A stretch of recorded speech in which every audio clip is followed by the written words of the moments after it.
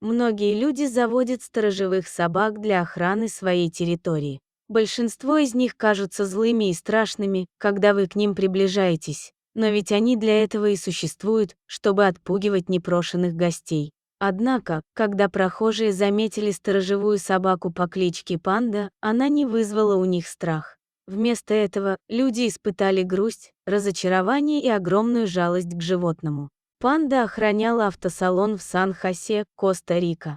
Владелец редко кормил собаку, а когда она заболела, он не стал показывать ее ветеринару. В конце концов, Панда стала настолько слабой, что больше не могла стоять. Она сидела в старой покрышке с цепью на шее, которая была такой короткой, что собака не могла опустить голову. Можно сказать, ее голова буквально висела на цепи, которая медленно вонзалась в ее плоть. Здоровье Панды становилось все хуже и хуже. У нее появились серьезные проблемы с дыханием. Если бы никто не пришел на помощь бедной собаке, она непременно бы умерла. К счастью, мужчина, проживающий недалеко от автосалона, заметил, в каком ужасном состоянии находилось животное. Он немедленно позвонил в полицию, которая, в свою очередь, обратилась за помощью в местный приют для животных территории Адеза-Гуатис. Сотрудники организации были намерены во что бы то ни стало спасти собаку, однако понимали, что ситуация была непростой. Лия Бетл, основатель приюта территории Адеза-Гуатис, никогда не забудет тот ужас, который она испытала, когда впервые увидела панду. Вот что она сказала в интервью The Dado: «Я чувствовала невероятную грусть и отчаяние. Когда я впервые увидела панду, она была больше похожа на жалкое существо, готовое сдаться без сопротивления.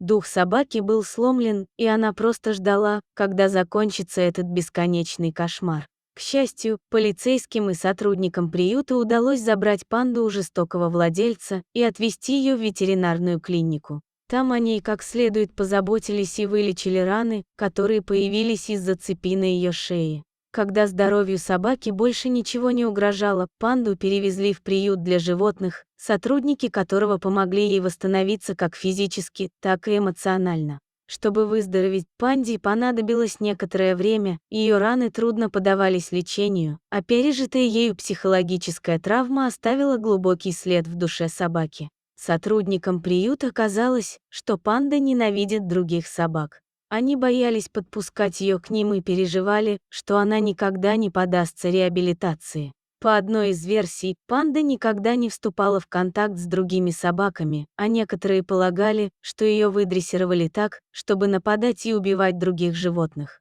Однако с течением времени панда все же начала проявлять доверие к другим особям. Из слабой, больной и забитой собаки она превратилась в сильное и уверенное в себе животное.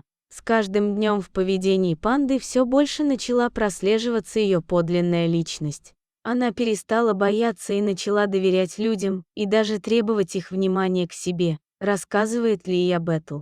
Тем не менее, приют не мог обеспечить полную безопасность своим постояльцам. В июне этого года неизвестные пробрались на территорию приюта и раскидали по клеткам сосиски с ядом. Погибло 16 собак. Панда тоже съела отравленную сосиску, но каким-то чудом выжила, вероятно, из-за того, что количество отравы не было рассчитано на ее вес. Произошедшее подкосило ее психологическое здоровье, вследствие чего ей пришлось справляться с некоторыми неврологическими проблемами. Однако она снова поправилась, ведь панда – настоящий боец. Панде пришлось пережить годы издевательств, пыток, голода и болезней.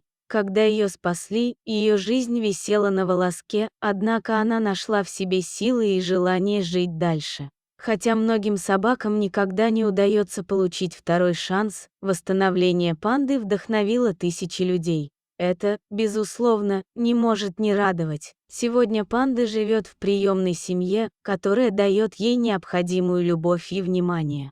Тем временем Лия Бетл продолжает спасать огромное количество собак, стремясь подарить им новую, лучшую жизнь. Однако историю панды она не забудет никогда. Спасибо, дорогой друг, что дослушал до конца. Делись своим мнением в комментариях, а также подписывайся на канал.